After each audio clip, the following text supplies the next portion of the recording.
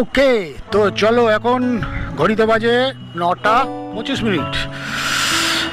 আর আমরা কোলাঘাট থেকে বেরোচ্ছি, একটু দেরি হয়ে গেল। আমি খেলাম আলুর পরোটা, আর অনেকে খেলো চানা। আর আমার এই ক্যামেরাটা, মানে হেলমেটটা পড়ে গেছিলো একজনের, আমাদেরই গ্রুপ রাইডার, ওর একটা ব্যাগে টাচ হয়ে পড়ে গেছিলো। তো যাই হোক, কিছু ক্ষতি হয়নি সেরকম। আর এই কোলাঘাট থেকে বেরোতে একটুখানি দেরি হয়ে যাচ্ছে, কারণ এখান থেকে দীঘার লাইনটা বেরিয়ে যাচ্ছে, মানে দীঘার রোডটা বাঁ দিকে চলে যাচ্ছে দীঘা হলদিয়া। তার জন্য এখানে খুব একটা জ্যামের মধ্যে থাকে জায়গাটা। এই হোটেলটায় মনে হয় এখানে কোনো একটা হোটেল আমরা খেয়েছিলাম, সম্ভবত এই হোটেলটাই হবে। আচ্ছা, এখান দিয়ে লেফট সাইডে চলে যাচ্ছে দীঘা বা হলদিয়া।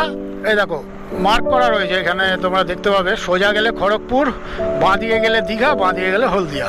তো এবার আমরা দীঘা যাচ্ছি না, এবার আমরা যাচ্ছি ঝাড়গ্রাম। হেলমেটটা পড়ে গেছিলো, ভাবলাম যে গেল হয়তো ক্যামেরা ফ্যামেরা সব নষ্ট হয়ে গেল। তারপরে দেখলাম না, কিছু হয়নি, ক্যামেরা নষ্ট হয়নি। যা ক্যামেরাটা বেঁচে গেছে এটাই অনেক, রেকর্ড হচ্ছে।